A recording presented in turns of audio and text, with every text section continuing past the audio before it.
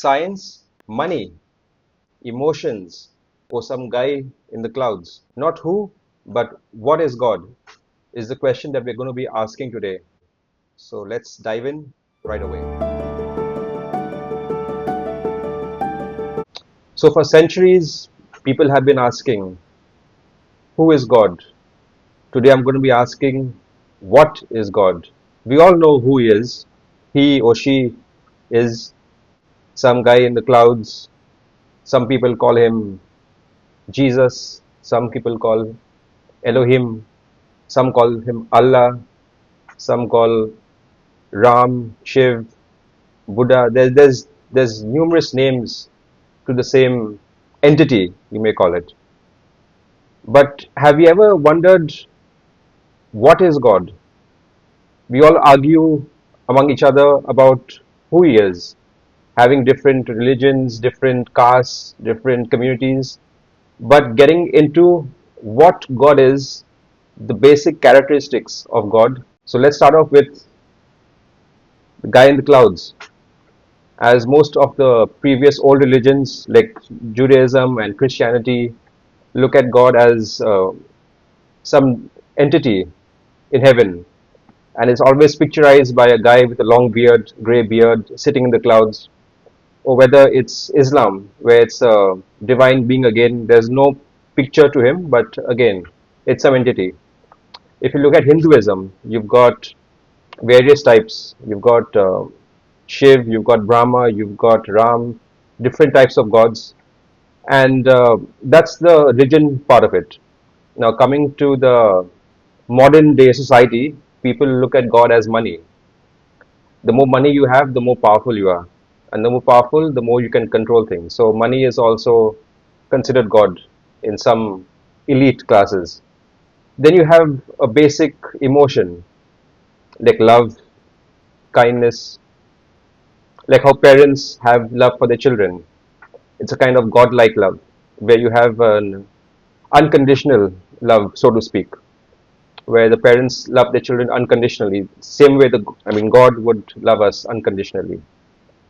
And lastly, I would say there's a science element to it where we compare God to matter. Now, as you all know, matter cannot be created nor destroyed. Something like God, you can't create God, you can't destroy God, and He just transforms from one form to another. Example of water, liquid, that can become ice. That's a solid state. You've got liquid where you heat the ice, it becomes water. When you further heat it more, it becomes gas. So you've got three stages of the same element, but in three different phases. So similarly, God also can be looked at something like that. Now, getting to the fundamentals of God, what is God is the question, is something that many people haven't been able to answer. Yes, they call him different names, they give him different attitudes and characteristics, but the essence of God, what is God, is something that we'll be looking in and trying to figure out. And again, that's just my 2 cents perspective. God is something that I don't think can be measured, because if it could, you would be able to describe it. The fact is, you cannot really describe what He is something that is you cannot comprehend what God is. Now, yeah, you can call Him omnipotent everywhere.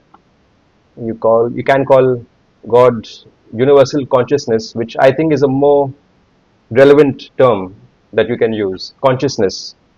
What is consciousness? It's just aware, being aware of things and knowing things. So that is something that is intangible. You can't really put your fingers to it. So at the end of the day, I think it's a intangible definition. You can't really define God, because if you could, then you wouldn't call the person or that thing God, because it can be defined. It's a bunch of emotions, love, feelings, consciousness wrapped up into one perfect packaging.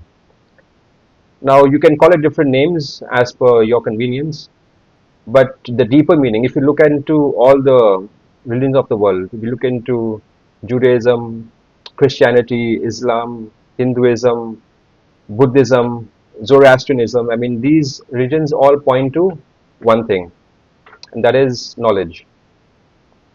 Now, knowledge, in the sense, a deeper meaning of what life is, what is it all about.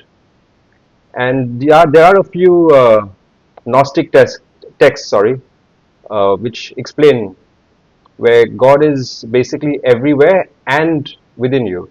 Like in the Bible, for example, where Jesus says, the kingdom of God is within you. So if it's within you, you don't need to look to heaven to find it, right? Similarly, you have in Islam, you have texts which say that it's about mankind. Helping one person is helping whole of mankind. It's about humanity. Similarly, you have also in Hinduism, you have these Bhagavad Gita texts where they stress on the inner self, the inner divine, where you can meditate to the third eye and you can become really conscious of yourself, of your surroundings. Kabbalah in Judaism also has some aspects of it. So these religions point to one thing, that is human consciousness, human knowledge, human insights, and being divine not only outwardly and also inwardly, because that's what it really comes down to. I mean, God is everywhere, so if He's everywhere, He's also within you.